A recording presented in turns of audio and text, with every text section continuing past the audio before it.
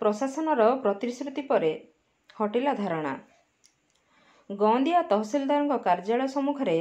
शह शह संख्यार दलित आदिवासी पुरुष और महिला माने दीर्घ दिन दाबी पूरण निमंते भोक उपासरे रात्रि 8टा समय पर्यंत बसी रही। सूचनायोग्य जनाए उक्त गौंदिया ब्लॉक अंतर्गत नेउलपोई ग्राम पंचायत रे इडको पाचेरी निर्माण पूर्वर के फर्म एवं देवतर जगार क्षतिपूरण प्रदान निमंते 1 वर्ष पूर्व तत्कालीन जिलापाल देइथिबा प्रतिश्रुति को न मानिबा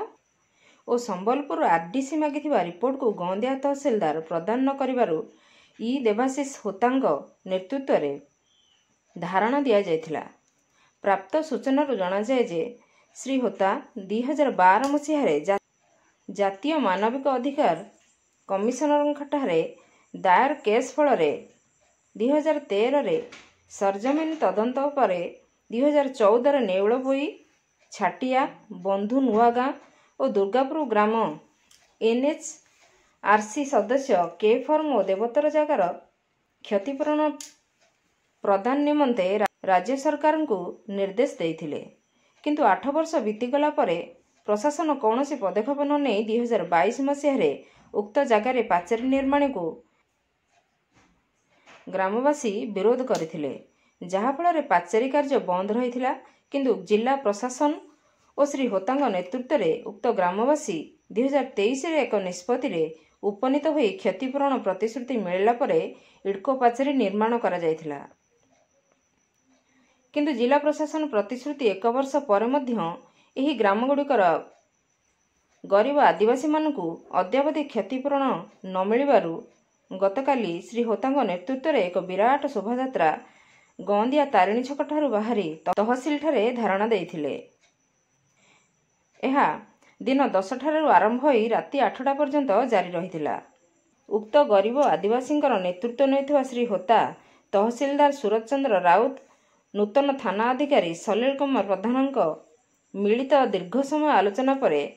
ढेंकानाल उपजिलापाल घटना संपर्क में तहसिलदार अवगत कराइथिले एवं प्रशासन पक्षर 15 दिन मध्य उक्त दाबी पूरण लिखित भाव में तहसिलदार प्रतिश्रुति नेबा परे उक्त धारणा प्रत्याहृत होइथिला। आसी पहुंची गौंदिया तहसिल कार्यालय आपण मैंने देखुवे जे जो भाव में आज ये देखा मिली एक विशाल गणधारणा कहले किसी अतृप्त हम ना। निश्चित भाव में 1000 रु ऊर्ध्व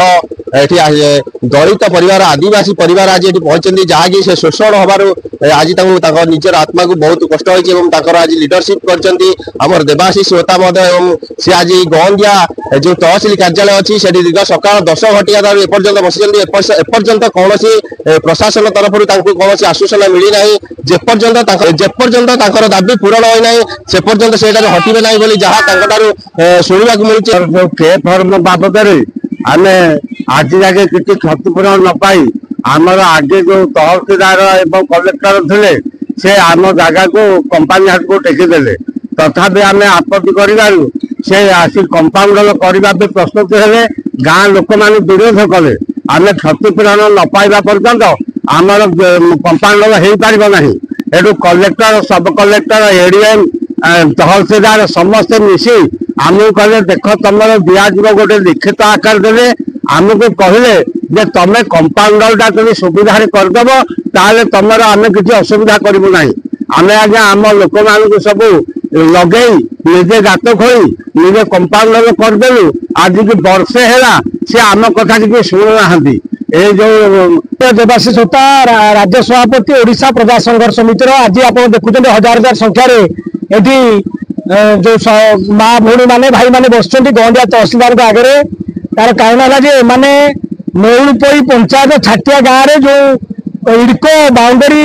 तार करुला से बाउंडरी करने समय गत वर्ष जेते जो जिलापाल थे श्रीजुक्त सरोज कुमार सेठी से मत गोटे लिखित प्रतिश्रुति देला माने निजर गात खोलिक इडको को जगह छाड़े बाउंडरी साहाय्य कले से लिखित प्रतिश्रुति देते अति शीघ्र एम जगार क्षतिपूरण दे दिज्व कि वर्षे पड़ेगा एवं क्षतिपूरण मिलला ना। एपाई वर्तमान कलेक्टर वर्तमान जो रेवेन्यू